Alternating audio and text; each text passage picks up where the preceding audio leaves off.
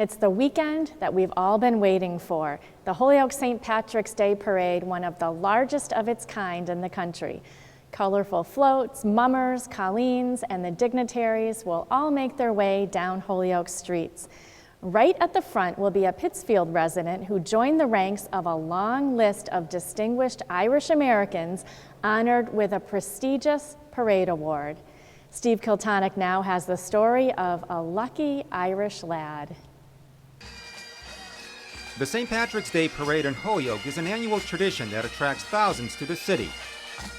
The person usually leading the procession is the winner of the JFK Award, which is presented each year to an American of Irish descent who has distinguished themselves in their chosen field. Not in his wildest dreams did the 2012 JFK recipient ever believe he'd be selected. But Kevin O'Hara of Pittsfield, who was a writer, traveler, and Vietnam vet, had what it took to be nominated for the coveted national award, even though he may not have thought so. It was like somebody made a mistake, to be honest with you. When he was given the list of past winners, O'Hara's jaw nearly dropped. It ran like the who's who or the Hall of Fame of Irish Americans in America. Tip O'Neill, Ted Kennedy, Maureen O'Hara, Robert Stack, the actor, David McCullough, thank you, but it didn't seem to fit in certain ways, but many people have had this great outpouring of support.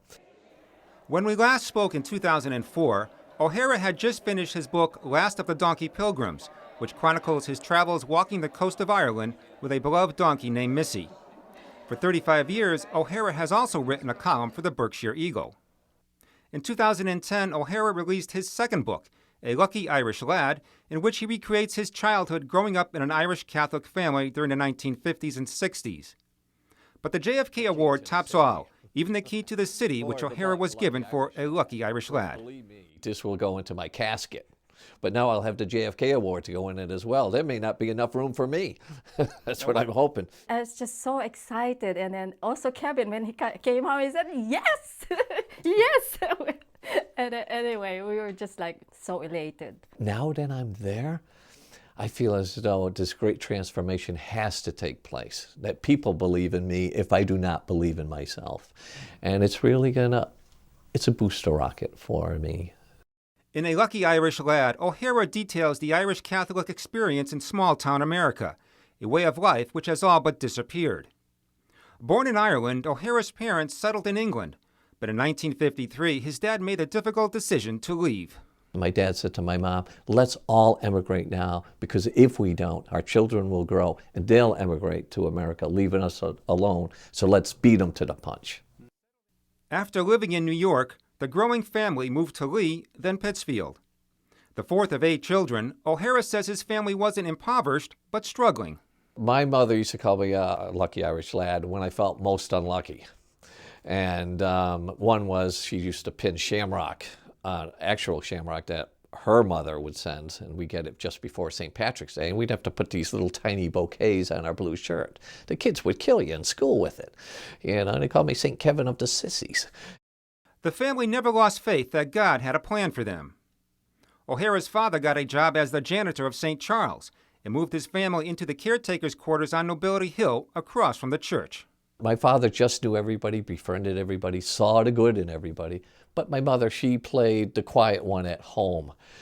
But they worked together in tandem to make it good for us. And basically, when you look back, it was a very enriching childhood.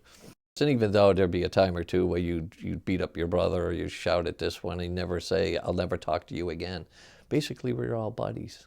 My father was never happier than when he had the 8 of us in the house at the same time. That was his shining glory.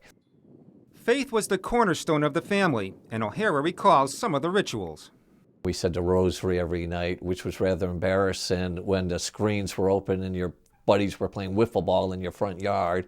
And you used to feel like a family of Von Trapps, saying the holies, And instead of going to Storytown or Howe Caverns or Riverside Park, we went to St. Andy Beaupre, we went to Orisville, New York, so we're always out of step. O'Hara and his siblings went to St. Charles School just around the corner. The nuns ran it with an iron fist, but there were exceptions, like Sister Teresa Gabriel. She was just a saintly woman, and she didn't have you fear the devil as much as wishing to embrace an angel that may be passing by. And she could also see auras, so she would see an aura around you. O'Hara spent many hours in the church helping his dad. Here he also had a short-lived career as an altar boy, banished because he was too giddy.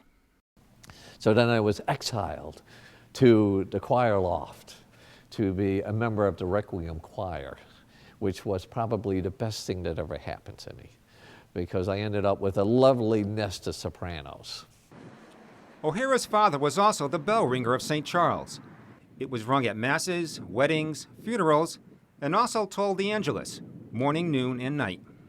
We called it the voice of God, and I don't think there was too much free play in it, but there were others who just kind of give it a clang. He had lovely timing, you know, he'd fall with it, he'd become one with it, even though it was 50 feet above his head, you know, and no, it was just something he'd love to do. So I'd only need to go up a few more steps and there's a crawl space. He even took us up into the bell tower loft, where he played even though he was forbidden to go as a child. Although the bell now tolls electronically, it still magically brings back those bygone days. It's always a great reminder of Dad's presence, God's presence, and the beauty is I can hear it from here, you know, so I'm never out of earshot from the bell. O'Hara remains close to his siblings and has tried to incorporate into his own life the words of wisdom imparted from his parents. Probably mostly to get yourself and marry yourself a good wife, you know, because, you know, without BELITA, I'd have a little trouble. She's been my anchor, really. But to have a good spouse, raise a good family, do good things, never speak meanly against anyone, and just basically do your best. Simple faith.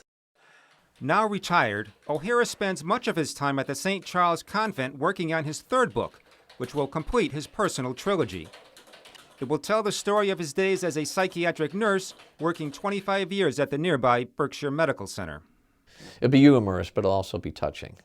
You know, you just can't, it's a mixed bag of emotion, believe me, in the heart of Bedlam. Should the third book bring him untold wealth, O'Hara wouldn't mind breaking away from where he spent the past 55 years. Oh, I'd love to have a donkey to just say goodnight to and feed her a carrot before coming in, you know. So those things. I'd love to have an acre or two of land somewhere. At the parade, many of O'Hara's friends are expected to cheer him on. I will not be waving to them. I will be going over to shake their hands. It's a 2.5-mile stretch, and I do not believe the parade will be half long enough when it comes to its close. In fact, I might even go around and do it a second time. A humble writer, Kevin O'Hara is indeed a lucky Irish lad. No matter where his travels have taken him or success he's achieved, he's never forgotten his roots, his family, his friends, or his faith. For Real to Real, I'm Steve Kiltonic.